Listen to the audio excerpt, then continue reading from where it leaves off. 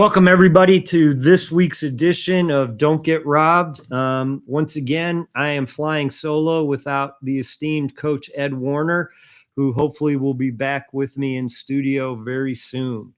Today, we have the pleasure of speaking to one of the most knowledgeable, and I would say certainly the most well-rounded individuals who has covered baseball, Barry Bloom, a long and storied history. And with no further ado, I will love to introduce and bring on Mr. Bloom. Sir, thanks for joining me today. Thanks for having me. It's a pleasure.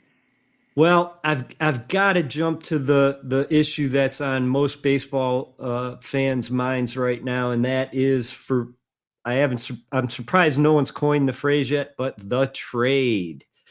Rafael Devers to the Giants. How shocked were you by this? I was pretty surprised at the timing of it. I wasn't surprised at the fact that the Giants would do it or they'd been out there looking for it, because when you look at what's happened with them over the course of the last 5 years or so, they've been in the market for a big free agent every year, but per se, Judge, Ohtani, Harper, they've all signed elsewhere, and the Giants have been left holding the bag. The only big free agent the Giants really ever signed was Barry Bonds back in the day, and that's like 1992, and he wanted to go back home to San Francisco. But with Devers, they get a guy who's under control. They can inherit his contract, and now they have him for 8 seasons, and they don't have to go out in the market looking for a big bat anymore. So the fact that the Giants would be the team to do it was not surprising to me at all. I just think it was, having covered the Giants in and out for many years, that's where I started my career, and covering the whole Bonds thing through his home run and their world championships. And, it's a terrific organization and a great place to watch baseball. And I'm just tickled for them that they got this guy, and they're going to be able to probably make a run at the Dodgers. Well, let me, just to give some people some context, you've covered baseball for 50 years, right?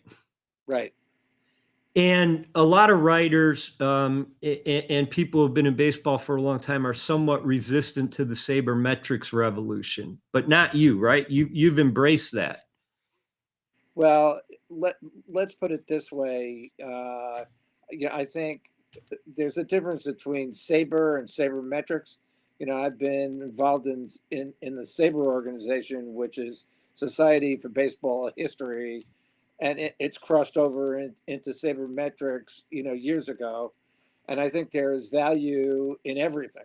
You can't diminish the fact that you analytically now have so much information that you're able to over absorb baseball players with, that, to me, anything that you can do to try and make it easier to try and win a game, you have to look at with some value.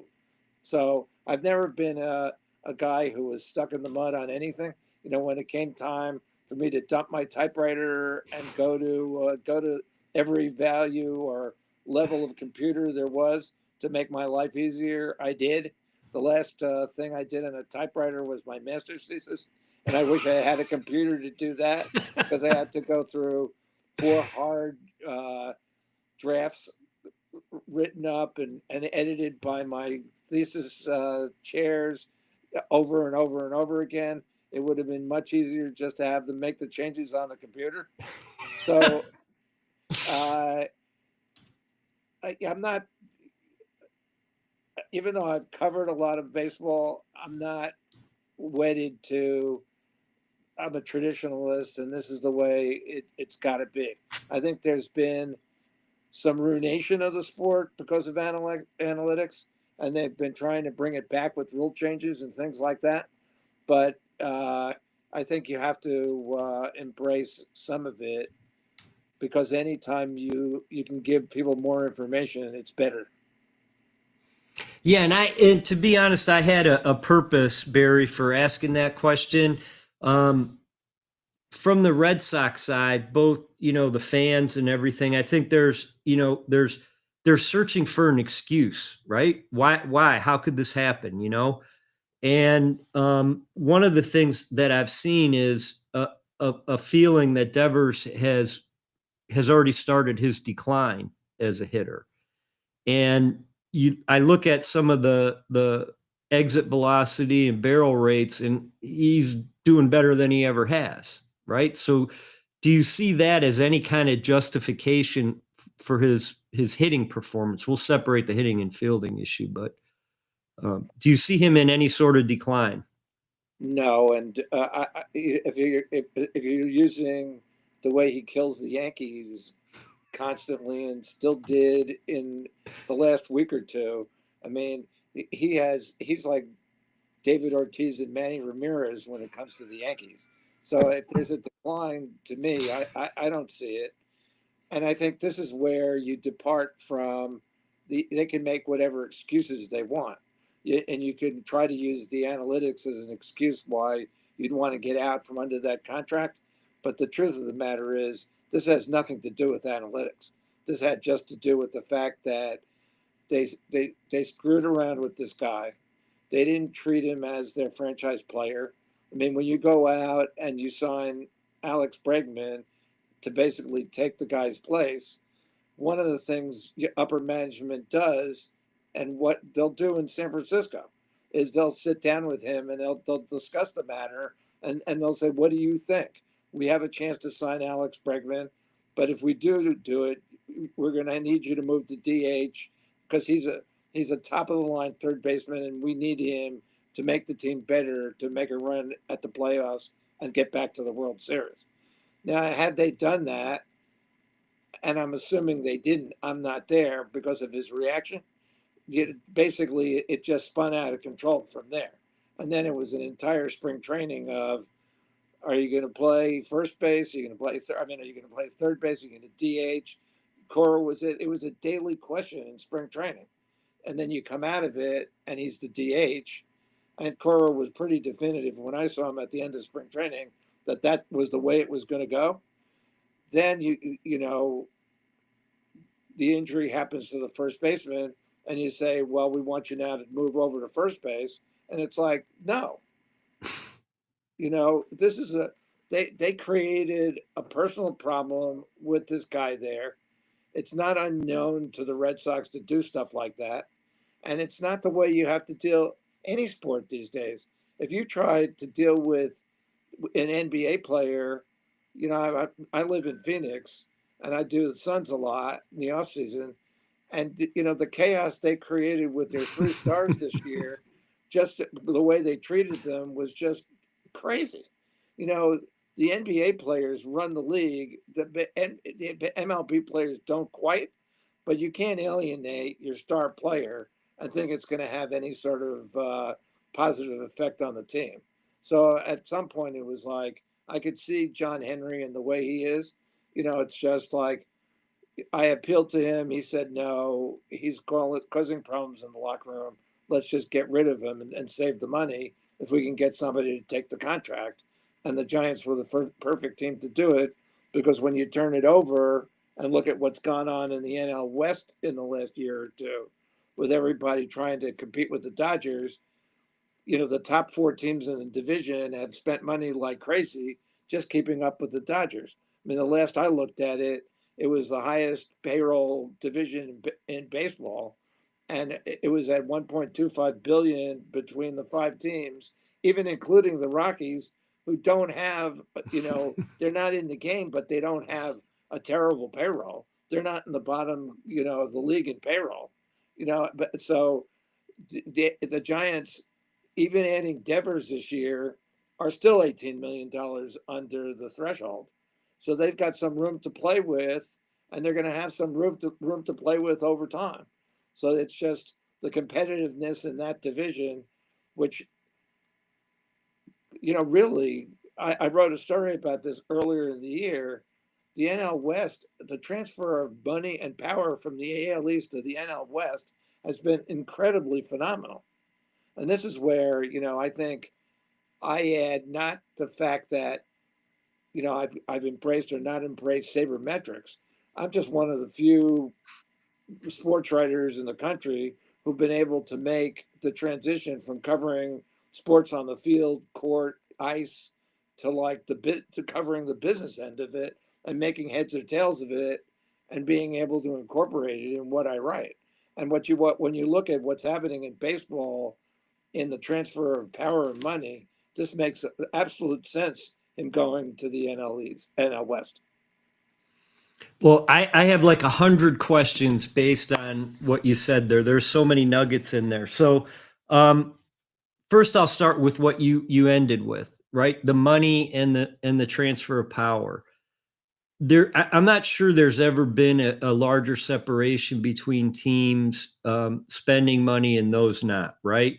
How does a team like the team that's my favorite, the Cleveland Guardians, try to compete with the Dodgers and the Yankees and all these very high payrolls when they don't have the big money coming in from the contracts and just a smaller fan base?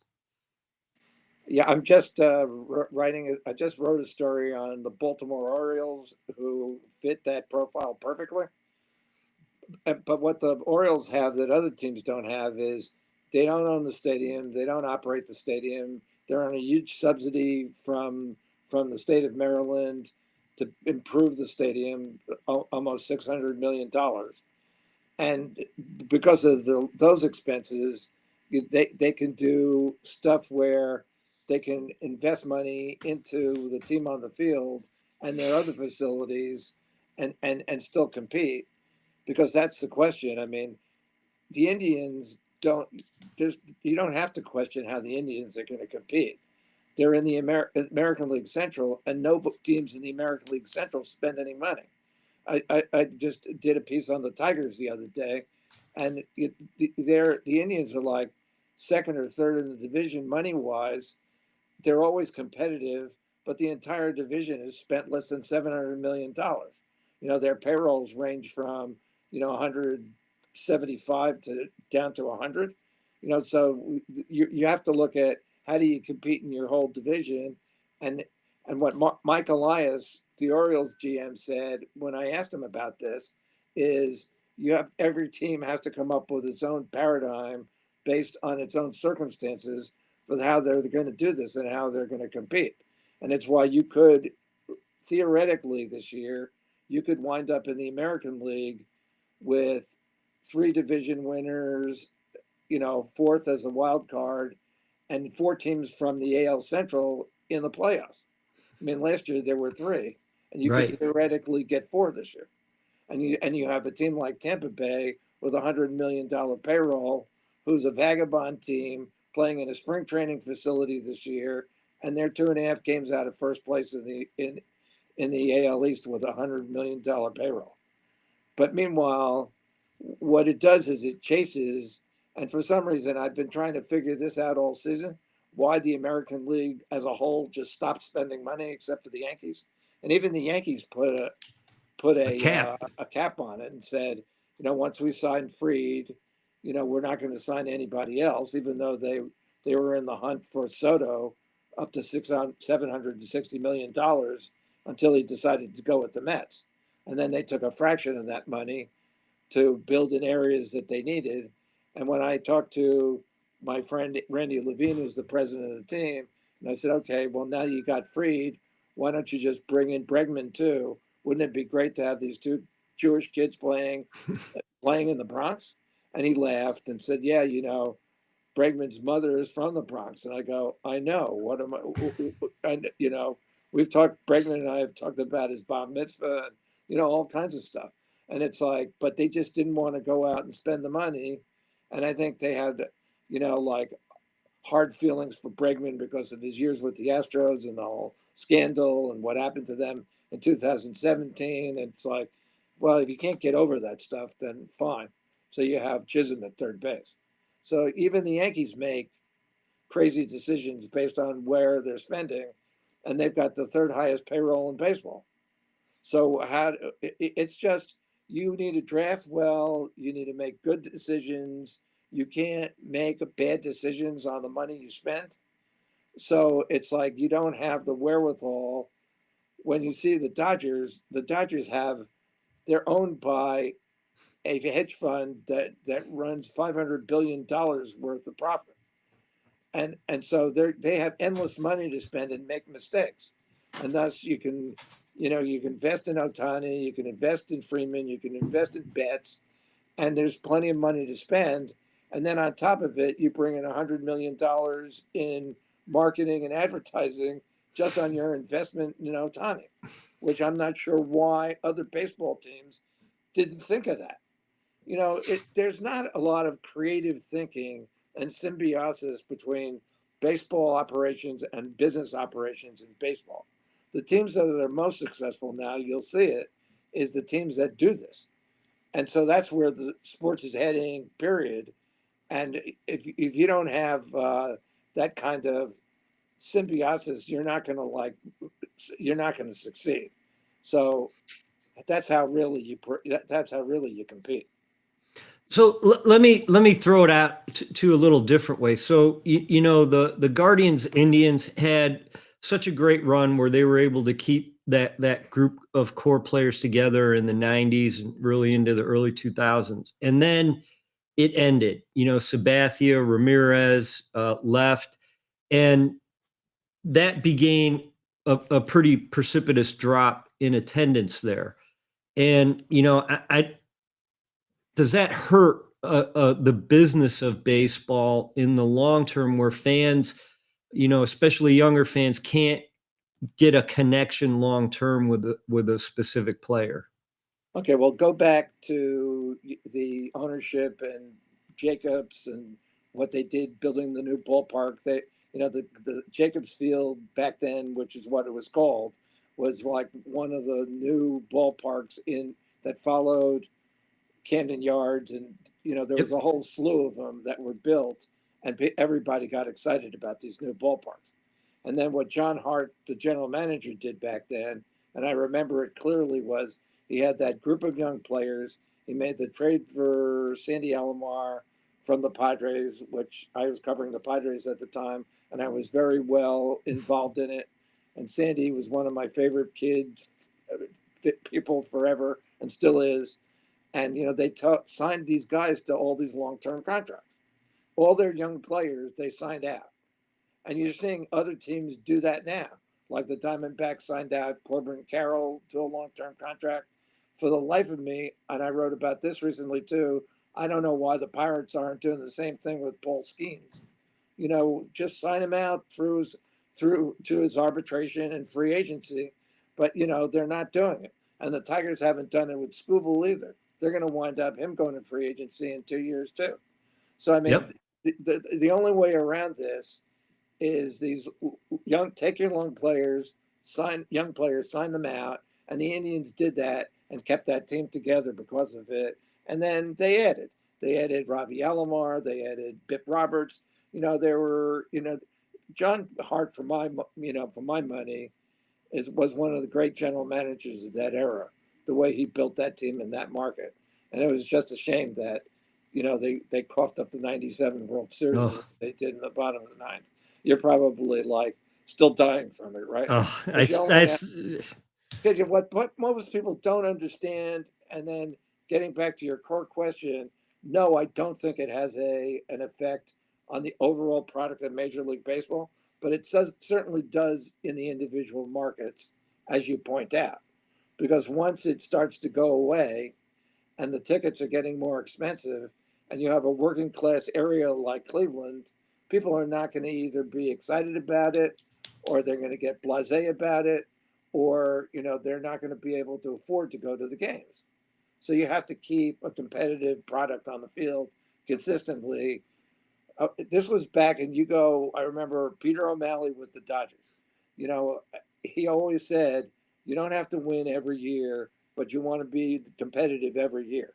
You want your fans to think that you have a chance to win the World Series every year. And that's how you go into every year.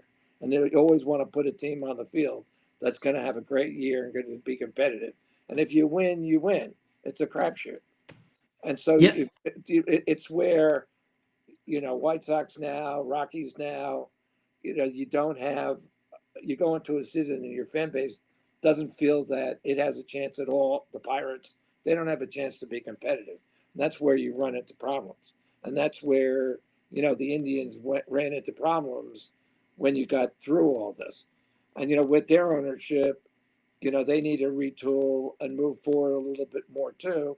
And they're doing it. I mean, part of the whole thing with any sport is that it's no longer where you can throw a team on the field and tell people, even if we're competitive, come out. It's right. value added entertainment on top of what are your events, what do you get fans, how are you making for fans to come out when there's so many entertainment choices in the community. And still, I haven't been to to the ballpark there recently, maybe 3 or 4 years, but that's still a terrific ballpark.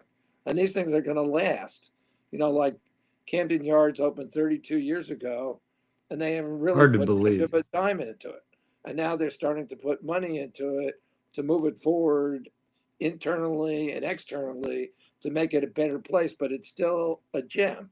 It's like what the Red Sox did with Fenway Park. My old friend, the Larry Lucchino, Camden Yards, Petco Park, Fenway. He was there, when they took Fenway and made it, they did the best they can or could to develop Fenway into a modern ballpark that looked like Fenway.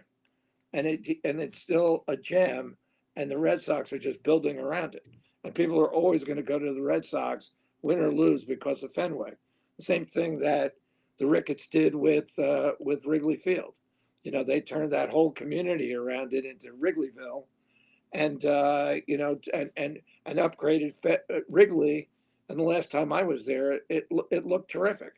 And you have all these ballparks that were built in the 90s in the ballpark era, and if every team gets to capitalize on those ballparks, and certainly Cleveland is one of them.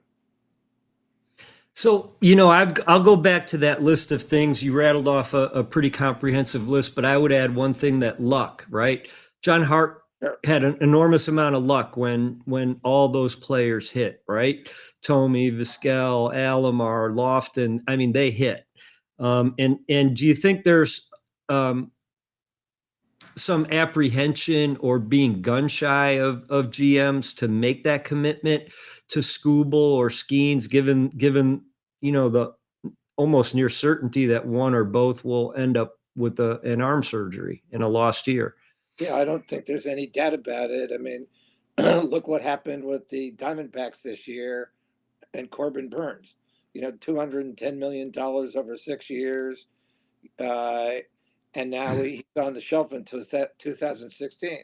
And the Orioles were in the middle of that. And basically, they didn't want to give him a long term contract. And I think, yeah, particularly with pitchers, I think some general managers and owners are very reluctant because baseball has the guaranteed contracts and you're on the hook for that money. And it's sunken money regardless of what happens. The Diamondbacks right now have two guys that they signed in the last 2 years, Montgomery and Burns, who are out, and Montgomery will probably never pitch for him again, but they're out all season and they're paying him $50 million. And that kind of market, with the fan base they have and the television money they have, it's not a great healthy thing for a team like the Diamondbacks. But on the other hand, because they did it, fans, basically got excited, and their attendance has jumped tremendously in the last couple of years. So, my experience now is that if you do this, if you have a destination ballpark like the Padres have in San Diego, and you invest the kind of money that they did in the team, they sell out every game at Petco Park now. They're drawing in excess of 3 million people. And not too long ago, 4 or 5 years ago, even before the pandemic, they were drawing, some in the mid twos. So fans recognize the investment. They get excited about it. The ballpark becomes a great place to go. It's And not. It's not a hidden formula. let's bounce back to the NL West, right? And is it just a run of bad luck for the Dodgers, or is it's something systemic that I guess you could say this will be the third year that starting pitching injuries are, I mean, they're off the chart. And I don't know that some teams just have, like the Padres do the same thing. I tease AJ Preller about it, their GM, a lot. But basically, I told them, you've never seen a pitcher who has had Tommy John surgery that you don't like. And what's systemic about it is the pitchers they choose, and that they start with, whether it's Buehler, who the first thing they did was they drafted Buehler and sent him out for TJ surgery and said, okay, we'll see you in a year or two when you come back. It's the type of guys they draft and the type of guys they sign. When they sign or trade for like Glass now, he has a history of injuries. Any of the Japanese pitchers, I mean, the way they throw over there and how they throw it from high school on, they've already got so many innings on their arms. When they come over here, they're going to have massive problems with their arms. And there isn't, whether it's Darvish, Tanaka, it doesn't matter. They're going to come over here, and at some point their arm is going to break down. I mean, Sasaki already is having arm problems. Last year, Yamamoto had arm problems. Ohtani has had 2 elbow surgeries already. And I think that they're out of their mind having him pitch, because he's just another elbow surgery waiting to happen. And then at some point, does it take him out in the middle of the season and he can't hit? Right. It's like, why would you take one of the greatest offensive players in the league as a catalyst for you and put him on the mound? But I think, and I know Ohtani wants to do it, but I'm sorry, you sit down with him and say, we've got 8 more years to go on the contract with you for almost $700 million from here. We're not paying you to pitch. We're just paying you to hit. So, we're not going to do it. So, well, sorry. Go ahead. So maybe this is the difference between the Dodgers and the Red Sox, because what I've heard is that, there was a promise made by the Red Sox that Devers be the third baseman in exchange for this long-term contract he's signing. And is it possible that same promise was made to Ohtani, that he would be able to perform as a two-way player? And it's one organization keeping the word that they made and one not. Well, I think there's no doubt about that the all part of the whole free agent negotiations with Ohtani was that when he was available, ready to pitch, he was going to rehab and he was going to come back and he was going to pitch. I don't think there's any doubt. And also, you have a consistency of front office people and ownership in LA that you don't in Boston. Boston, you go from one general manager to another. From how many? Even if you go back, I think Theo and Francona, they won in 2004 and 2007 together. But beyond that, the other two were different managers, different general managers. It was like Charrington and Farrell at the end. And they got rid of Charrington, they got rid of Farrell. They got Dombrowski came in, they won with Dombrowski and Cora. They got rid of Dombrowski. They've had 2 general managers. They've had Chaim Bloom and now Breslau, who has no experience as a general manager. And when you do this, what, Chaim Bloom or whatever might have promised Devers at the time they did it, whether the ownership is still the same or not, when Breslau comes in, he goes, hey, I'm not doing this. And I read a column in the Boston Globe, which basically said this had nothing to do with anything else. It was just a grudge match between Breslau and Devers, and basically the Red Sox chose Breslau. Now, why would you do that when you have a franchise player? You've already gotten rid of Betts, and you said we're not going to pay him. You let Bogarts walk, and the Padres signed him. And now you're taking the guy who you sunk the money in, and you're going to back up a general manager who might not be there in 2 years if they don't win. It doesn't make any sense to me. So again, this is where the original premise what I was talking about. This is all top down to baseball management, business management, how everything is is a symbiosis together, and if you don't have that, you're going to have problems. And so, to me, what I've noticed in the course of my career is that general managers who are around for a long time are on an S curve, and it's great when you get them up and they come over the top, and they're going to come back down. I mean, Brian Sabian was a perfect example of that in San Francisco. 2002, that era, the Bonds era, he was on his way up. Then Bonds started to taper off, and he couldn't get anything to patch it up, and they couldn't make the playoffs. And then Bonds left, and they built the team through John Barr, and those guys made a tremendous amount of first round draft picks. Posey, Bumgarner, Lincecum. These guys were all drafted, and then they all came to fruition in the early 2010s and won 3 championships together. And then you had Belt and Crawford, and essentially they all came out of the system too. And that was all Sabian and Barr and Dick Tidrow, and then it came back down again, and they fired Sabian, Right. to go more analytic. And so, yeah. So I'd like to pick your brain on a couple more things in the current baseball, and then kind of reach into that outstanding experience you've had with it. But the Tigers right now, how good are they, and where do you see them? In terms of competing for the AL championship. They're a mystifying team and I think a lot of it is that my friend there, AJ Hinch, is a terrific manager, and he really knows how to get the best out of players.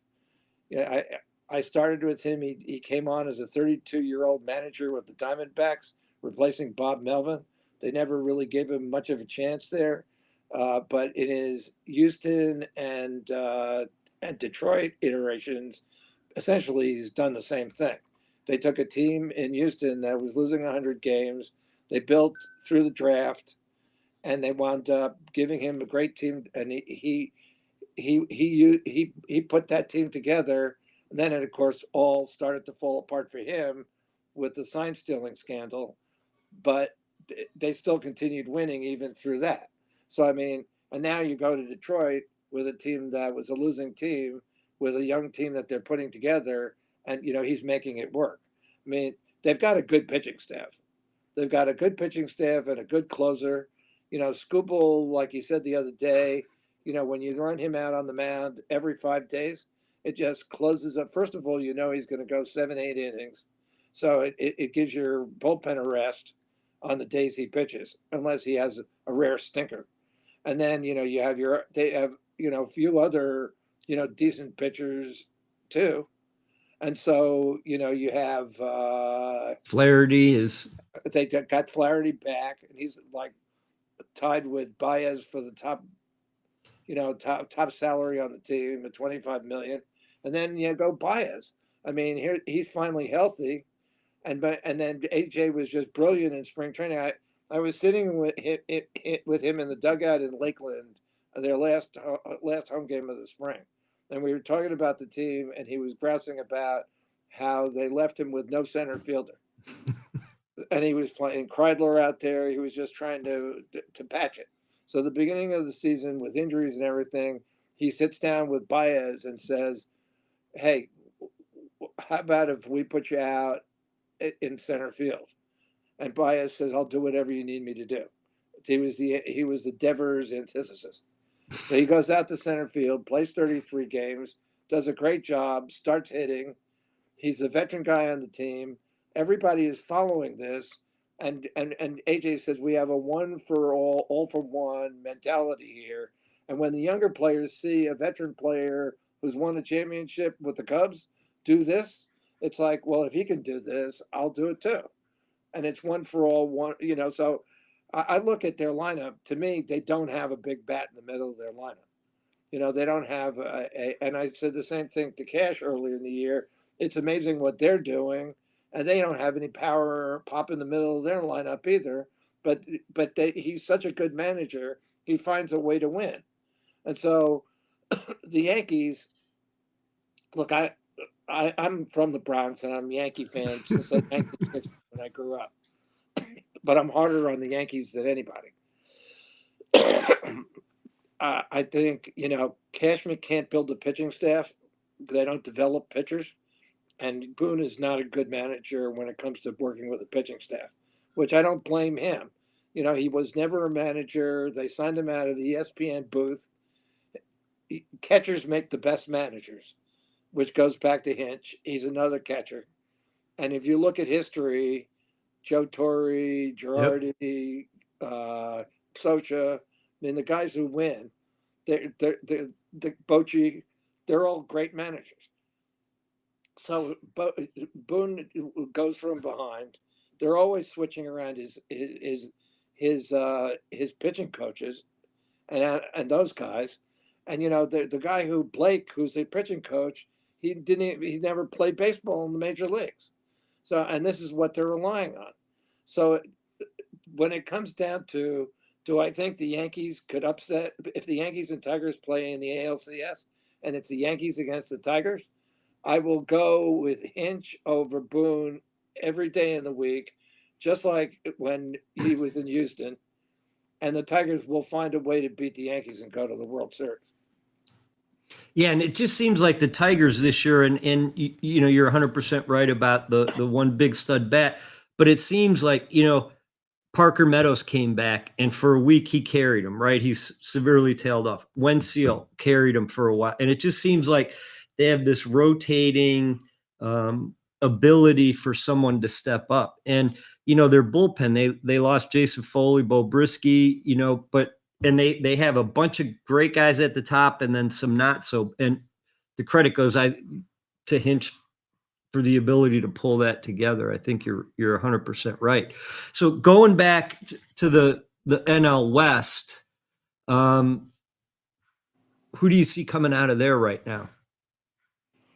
It's hard for me, to bet against the Dodgers. They've won the division every year since 2012, except for 21 when the Giants beat them by a game. Yep.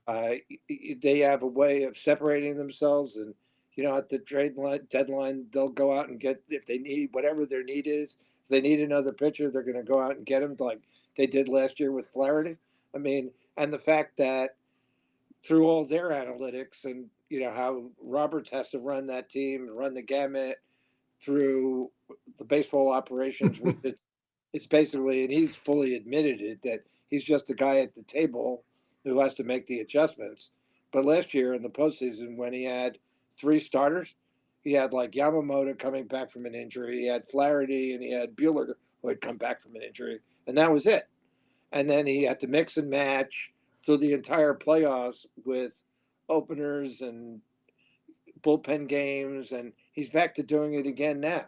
And so there's nothing, no matter what your analytics department can tell you, but how you should use a guy and how you should set up your bullpen, there's nothing that's going to change the feel of when you have to do it in the actual time in the game at the moment and make the split-second decision of what to do. And those guys can't go on the phone or on an iPad and tell them in the dugout what to do. That is one of the hard, fast rules still in Major League Baseball.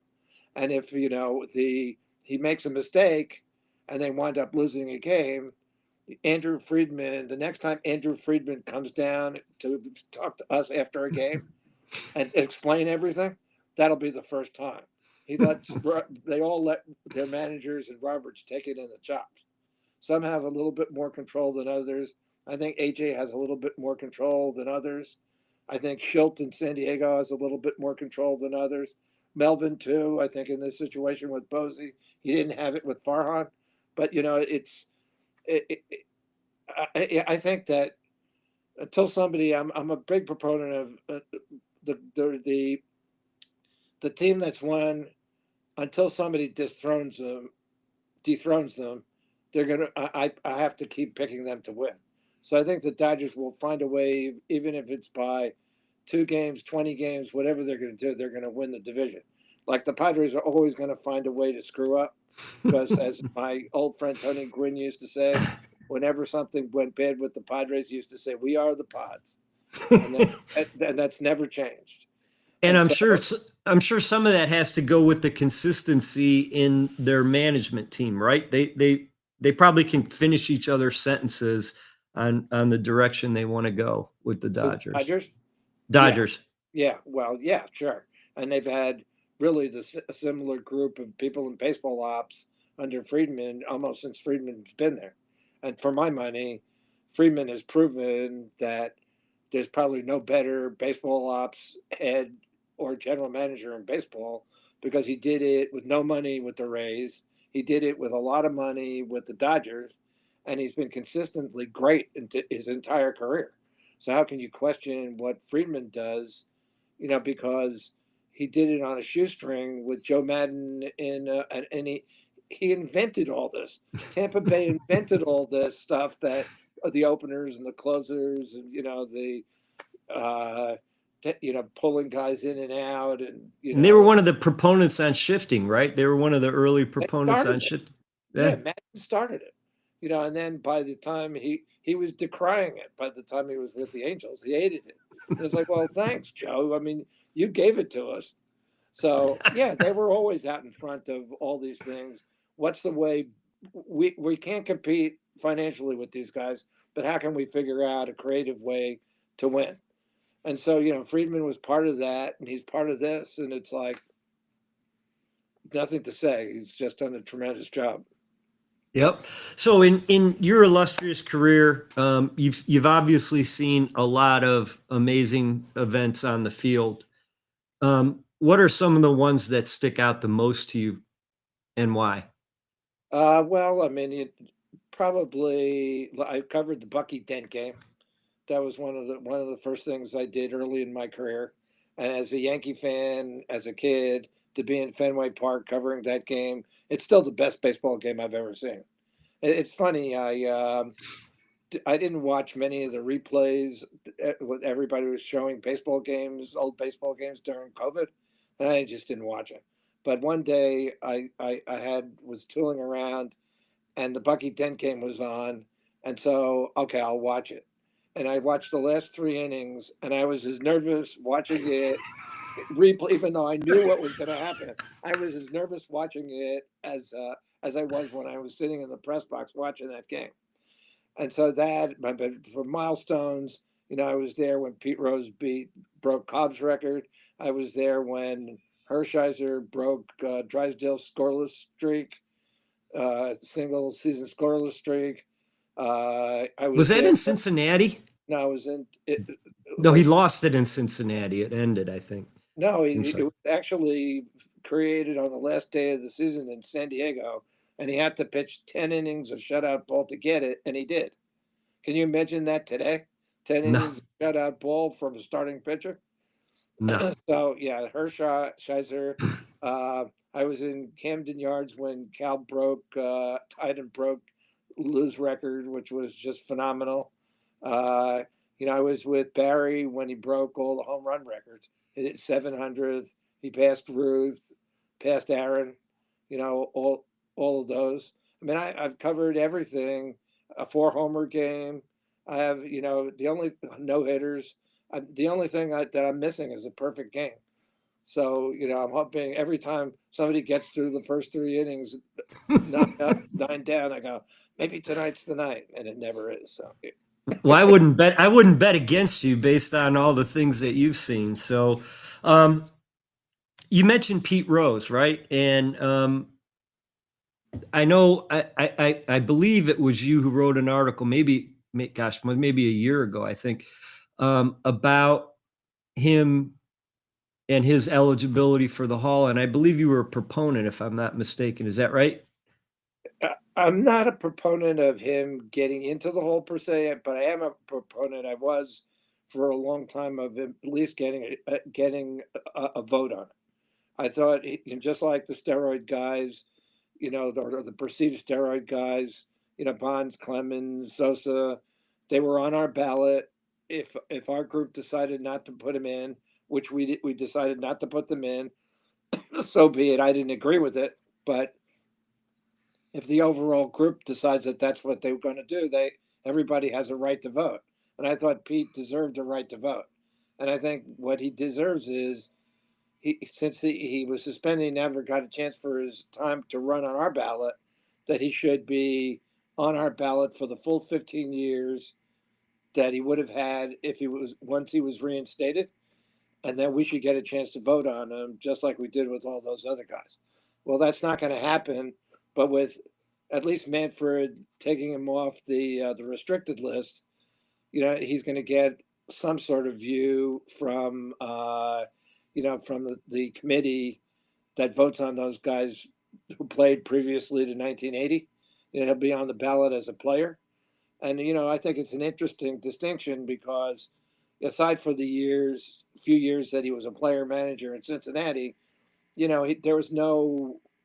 was not suspended because he did this as a player. He was suspended because he did it as a manager, bet on Mm-hmm. team and baseball as a manager. So I think that's a distinction you're going to have to look at. And I wonder, my inclination is that they'll find a way to form a committee that's going to make sure Pete doesn't get in. And under their new rules, he's only going to have 2 shots at it. So, we'll see. But stranger things have happened, so I'm glad he's getting at least the vote.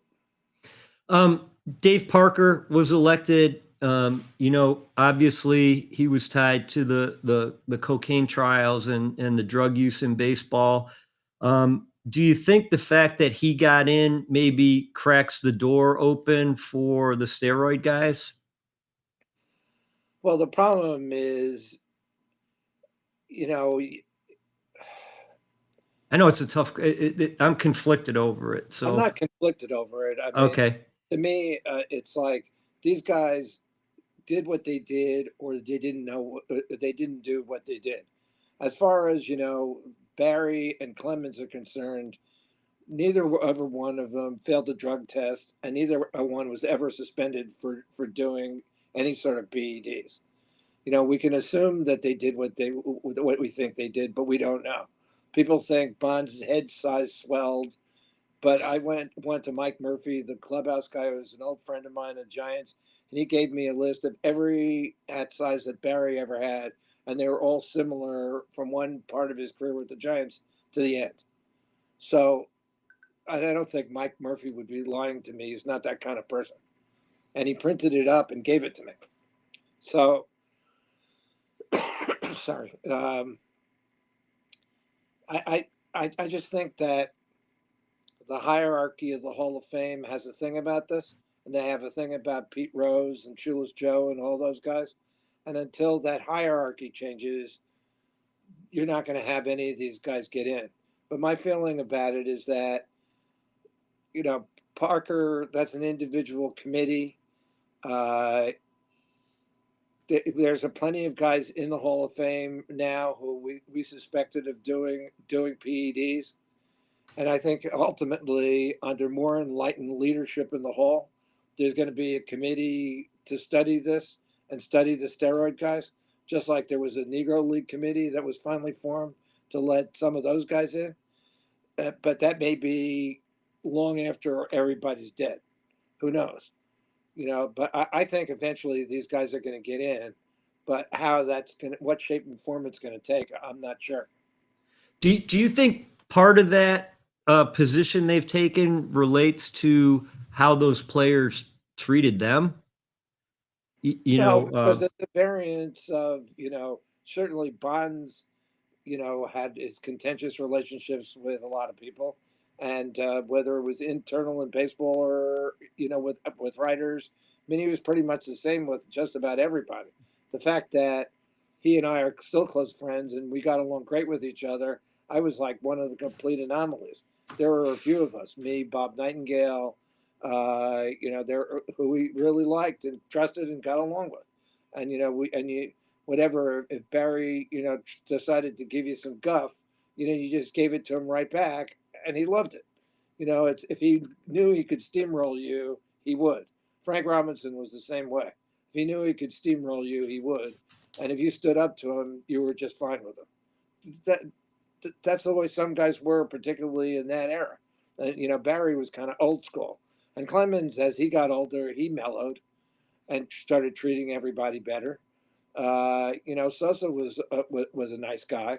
So I don't know where, it was like how they treated anybody. I think Barry's career ended prematurely because of the way he acted. And I think he would agree with you that if there was 1,000 things he could have done to change things. Like, for instance, in 2007, the Giants hosted the All-Star game, and Peter McGowan, who protected Barry like crazy, came to Barry and said, "Look, would you do me a favor? I'd like you to be in the home run derby at the ballpark the day before the game to represent the Giants and us." And Barry basically told him no. And the night of the home run derby, he went downtown and he hosted his own party while the home run derby was going on. And at the end of that season, the Giants cut him loose after he broke Aaron's record. It's like, to me, if you had done that and played along with the Giants probably would have brought it back in 2008. They didn't have anything going much anyway. The team was starting to be rebuilt. And, unfortunately, there was no DH in the NL right then. He couldn't really play much of the outfield anymore because of his knees. But, boy, he could still hit. So, and then the rest of baseball got on board and, they bunged him. They really kept him out of the game. Because he offered himself to every team in Major League Baseball for the minimum, and nobody would sign him. And maybe my question would have been better posed if I said their lack of showing remorse to the writers for any of this, because I think universally that group, whether it's Rose on betting or Clemens or Bonds, although they didn't do anything, as you pointed out, had they owned up to it, would that have changed the narrative, do you think? Yeah, I think what my argument with Barry has always been that basically do a mea culpa, apologize. People love redemption stories in this country. I was working on a book with him about it, and he didn't really want to fess up, and so it's like I said, you're not going to get into the Hall of Fame if you don't. And he said, "Oh no, I'm going to get into the Hall of Fame." I go, "You're not," and he didn't. Barry was just like strong-headed. He just did what he wanted. So yeah, I think to a certain extent, had Clemens and Bonds, confessed and apologized. Look, it couldn't have been any worse, right? Yeah. They didn't get in anyway. So I mean, you never know the other way, but it could have hardened some voters who said, "Oh, I knew this all along. Now this guy admitted it. Screw him." Or it could have said, "Okay, yeah, thanks. I feel better. Better." Right. I mean, what Barry, though, what he has said about the writers in the past is that, he wishes the writers would forgive him because he acted that way because he was really, that's the way he liked to play. I mean, I have a great Barry story where Tony Gwynn and him were really close. So Tony Gwynn said to him one year, "Barry, why do you act the way you act?" And Barry explained it to him. He goes, "I like to play angry, and that's the way I am." So he goes, "Look, we're going to go to the All-Star game in about a week. Watch what I do and do everything I do." So Tony goes, he's affable with everybody, as Tony always was. And, Barry follows him, and he's affable with everybody. Then everybody, "Oh, this is great. Look at Barry." And it's like the All-Star game's over. He goes back to the team, and he goes like 0 for 15 to start the second half of the season. And the players are going, "What is it with this nice guy Barry thing? We want the old angry Barry back." So he got angry again and he started hitting. And then the Padres came in and Tony said to him, "Barry, what happened?" And Tony said to him, Barry said to him, "Tony, I can't do what you do." Hey, he found the formula that worked for him. And speaking of Tony Gwynn. You've written a couple books, including one on Tony Gwynn, and the other was on Larry Boa. How did you pick? I understand. Yeah. I understand picking Larry or Tony Gwynn. How did you come to settle on Larry Boa as a project? Well, that's a funny story because when Bowa became the manager of the Padres in 1987, and I was covering the team, some publishing company in Chicago came to Bowa and said to him, "Do you want to do a book?" And he said, "Sure." And he goes, he was looking around for a co-writer. So I was one of the beat writers, and I was, a tough beat writer at the time. That was what I was supposed to do, take no prisoners for an afternoon paper in San Diego. And so, Larry said he looked around and he asked me if I wanted to write the book. And I go, "Sure, I'll write the book with you." I had to follow him around for a season and document the season. And I said, "Well, why did you pick me?"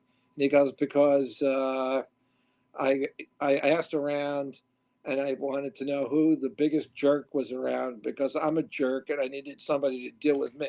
And that's how I wanted to do Boa. And then there were two Boa books. The original was called Bleep because he cursed up a storm in the book. Rather than use the cursing, I put a bleep in everywhere he cursed. And so the second one, he got the managing job in Philly, and he said, "Hey, how do we get a hold of that book? There's a lot of people in Philly who want to read it." So I go, "I don't know. Let me call the publishing company and see if they want to reprint it or how we can get more copies of it." So I went to the publishing company, and they just, "No, we don't want to release it. We don't want to, reprint it, but we'll release it to you. You can do whatever you want." And we went to another publishing company, and my agent sold it again, and it wound up the first half of the book being, the bleep, and the second half of the book being everything that happened afterwards, up to him joining the Phillies. And then he got fired again. He got fired like a month or two after the first book came out in '88. And then the second time he got fired at the end of the season. So I said to him, "If we ever do another book again, I'm going to go, it's going to be called, I Hate to Lose My Job." Oh my gosh! So I know the Larry Boa book is available on Amazon, and Yeah, I still got it. I just bought it, gave some away. So I like to keep them stocked. awesome. So, I bought, you can get it for 4 cents to $30. I mean, it's kind of funny. I just bought 3 copies of it to replenish. But yeah, and I also have a full Tony Gwynn autobiography that that was never published, that I'm hoping to get published someday, which is a really beautiful book of, in his voice, which it was really tremendous before he died. Yeah, So what an amazing baseball player and human. And so viewers can find your writing at oh my God, my sport. What's the Sportico. website? Yeah, can you want to give that out to the fans here? Well, I would say the best way to get my stuff is to just Google Barry M. Bloom Sportico, and you'll get my column page that has every one of my columns and stories on it. Awesome. Because we don't have really a search engine at Sportico per se. So, but you can come up with that. A lot of my MLB.com stuff, it's all that's the beauty of the internet. Awesome. Again, Barry, wonderful career in baseball. I could sit here and talk another hour with you because there's so many things historically I'd like to visit with you and get your feedback on. Again, his book's available at Amazon and Sportico, right? SPORTICO.com, right? That's fine. Awesome.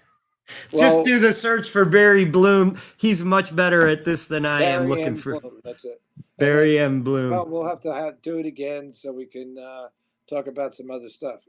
Awesome. I appreciate you, sir. Have a great day and thanks for joining us. Thank you. It was a lot of fun. Okay.